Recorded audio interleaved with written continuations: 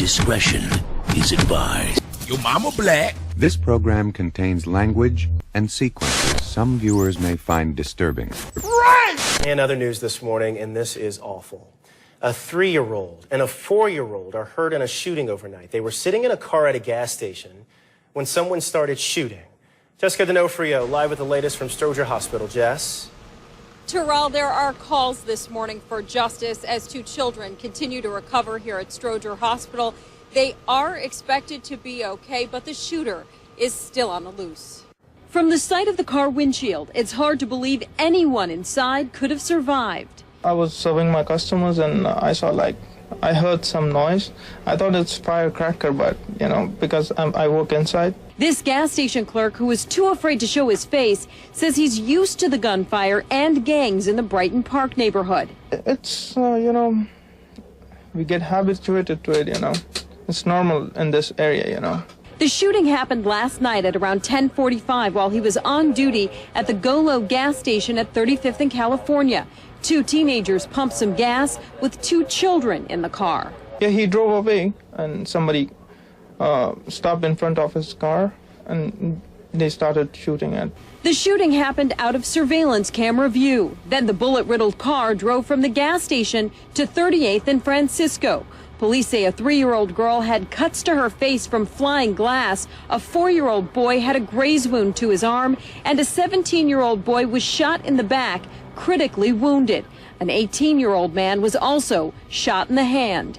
As you look at this vehicle and see over 12 holes inside of this car, give us a call or give the Chicago Police Department a call, and let's put these perpetrators where they belong and get them off the street. This is no way coming up to Thanksgiving. If you look at this car, they are very lucky to be alive.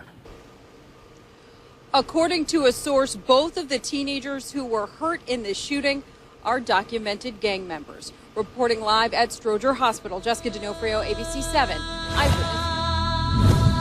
There's something wrong with the black man's mind. There's something wrong with his mind. Your mama black. The nigga ain't got no sense. You niggas are crazy. Shocking in Atlanta neighborhood, and now police are telling us a convicted killer is again incarcerated for this new crime. Jeffries Anderson is accused of killing a man who walked in on a home burglary. Tonight, the victim's family members are saying they're relieved Anderson is off the streets. Ryan Kruger now joins us with more on the suspect's long history of arrests. Ryan? Yeah, Melissa, that suspect spent more than a decade in prison for manslaughter. He's also the main suspect in a series of burglaries across the metro area. One of those burglaries turned deadly. As they prepare to spend their first holidays without their loved one, the family of Alex Newton tells me they're thankful that a suspect is finally in jail. Atlanta police arrested Jeffries Anderson. Investigators say DNA evidence found at the scene matches his. I do want to tell you that Mr. Anderson is no stranger to criminal acts. This is Anderson's past mugshot from when he was convicted of manslaughter and possession of meth in DeKalb County. He spent 12 years in prison, being released in 2012. Anderson also has a warrant out for his arrest in Cobb County for burglary. So obviously, he's been burglarizing other communities as well, not just our city, but some of the other local jurisdictions around here. Police believe that Anderson may have broken into a number of homes around the East Atlanta Village recently. On October 31st, investigators say Anderson randomly broke into Alex Newton's apartment. Newton and a friend came home, fought with the suspect before Anderson shot and killed Alex Newton. There's nobody's at fault here, but I just would encourage anybody. Same thing I told my kid the same day this happened. Son, if you come home in your apartment and the door's kicked open, don't go inside. Don't go inside. Nothing's inside of that place that's worth you getting hurt. And investigators say they've received a flood of Crime Stopper tips, thanks in large part to surveillance video that a neighbor recorded. I'll show you how police say that video was incredibly helpful, coming up tonight at 6. You need to know before you go to the ATM, and it comes just hours after a 70-year-old man was shot in a bank parking lot. Eyewitness News reporter Eric Hong is live at Stroger Hospital. That's where that man is recovering now. Eric? Alan, at last word, that victim was in critical but stable condition. The motive for the shooting is still being investigated, but it comes on the heels of a rash of armed robberies of ATM customers. It happened in this bank parking lot, feet from an ATM. Gunfire erupting during the lunch hour near North and Kimball on this bustling commercial block. I'm in shock that this even happened right here in broad daylight, actually.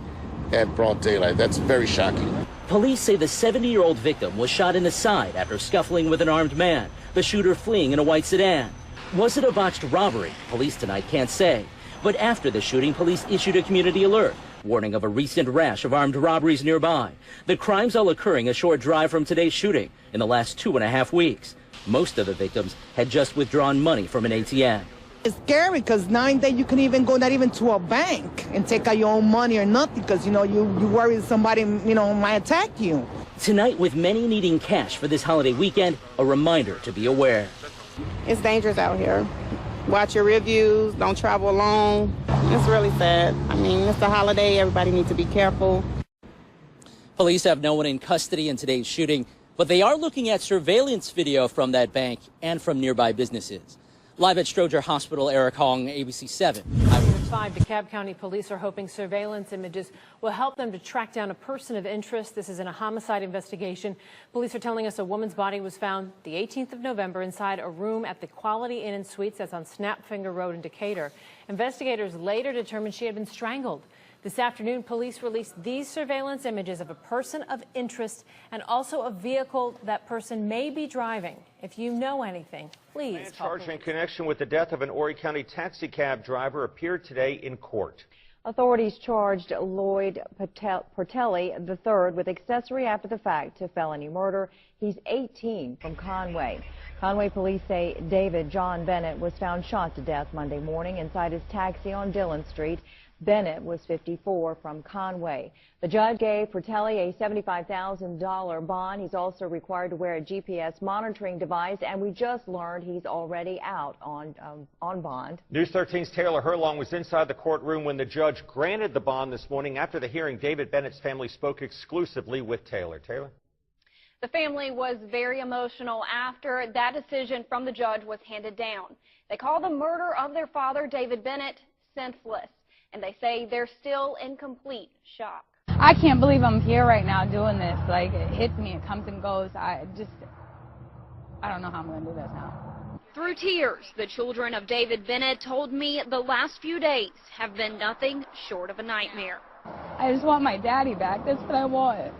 Like, my sister came from New Hampshire. She hasn't seen him in 6 years, and she saw him for the first time. It's cold. Early Monday morning, their father was found shot to death in his taxi cab near Dillon Street in Conway. It's not okay for anybody to do this to anybody, and to think that I just buried my best friend a year ago, to think that I had to be there for her family, and now I just don't know what to do for mine. Conway police arrested 18-year-old Lloyd Edward Portelli for accessory after the fact to felony murder. And Wednesday, he was granted a $75,000 bond. I don't have hate. I don't have a bit of hate in my body. And a lot of people probably think I'm crazy for saying that, but I don't even hate the people, I want to say, that took my father's life. Bennett's children say now they're left to bury their father, and because of that, they have one message. Don't take your family for granted. Just tell your parents you love them every day. Make sure that you tell them, and never underestimate your parents. Now the three say they wait for justice, and until then, they won't have closure. We would do anything to have our daddy back. We can't. Bennett's children tell me he was the kind of man who would do anything for anyone, and now they're asking for help from you. They say if you know anything, please call Conway Police. Reporting for News 13, I'm Taylor Herlong.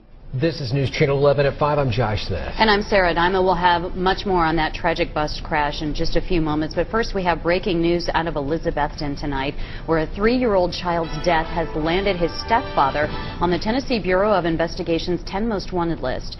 The TBI added Demetrius Covington to that list just within the last hour. Elizabethton police had been searching for Covington after his stepchild went to the hospital with serious injuries.